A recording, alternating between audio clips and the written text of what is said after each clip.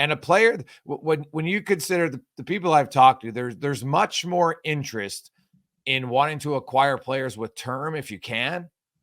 And I look at the New York Islanders, Frank, they cannot bring the band. Everything we said at the start of the year has come to fruition on the New York Islanders. Everything. Now, I've been wrong on a lot of other teams, but I was right about them. And they brought back the exact same team that missed the playoffs.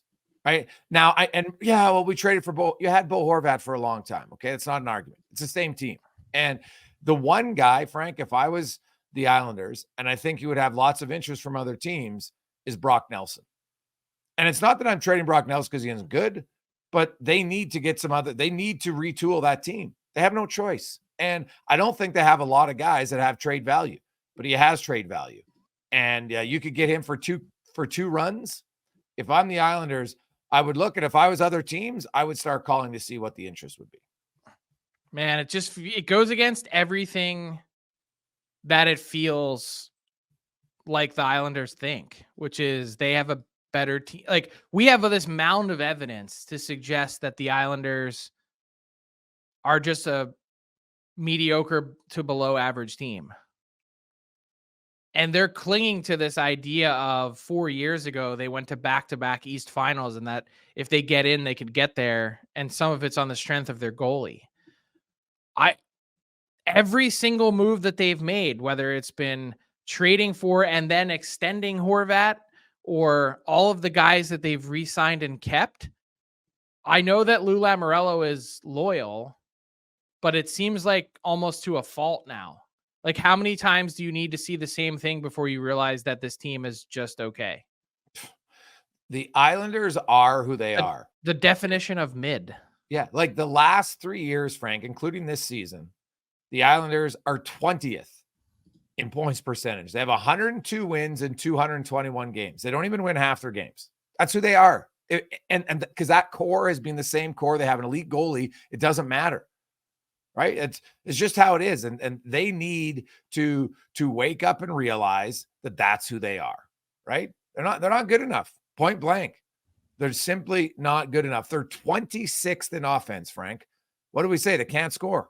You can have the best goalie around, but you can't score. You can't win. Like, they're 2.88 goals for, 2.89 goals against. Right? And they're considered a defensive team. They're 26th in the NHL in offense, and they still have allowed more goals than they score. Like, I'm sorry.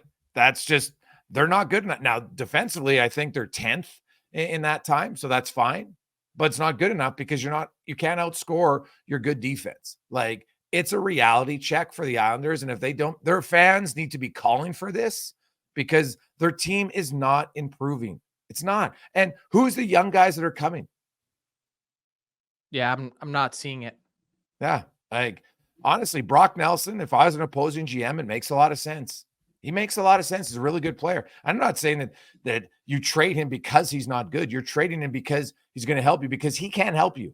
Like, he isn't good enough. He's not an elite player. He's not a superstar player, but he's a really good top six forward, like really good. And Cal Clutterbuck would be as good as any bottom six forward you could add. Yep.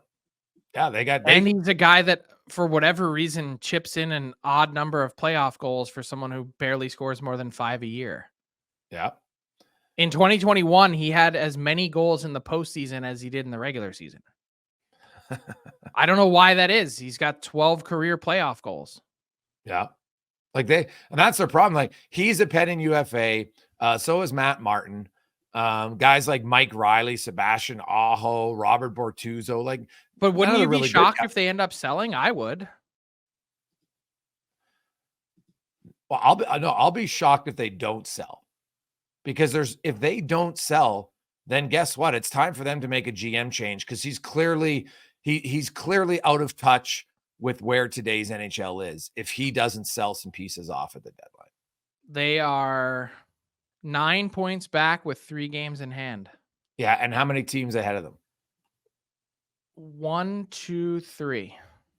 Yeah, well, technically 4, right? Because you got to catch Detroit or Tampa, or technically Philly, right? So you got to jump 4 teams. Not happening. right? Yeah, Like, they're technically 7 points back with 2 games in hand. yeah, they are. Both the wild card teams are from the Atlantic right now.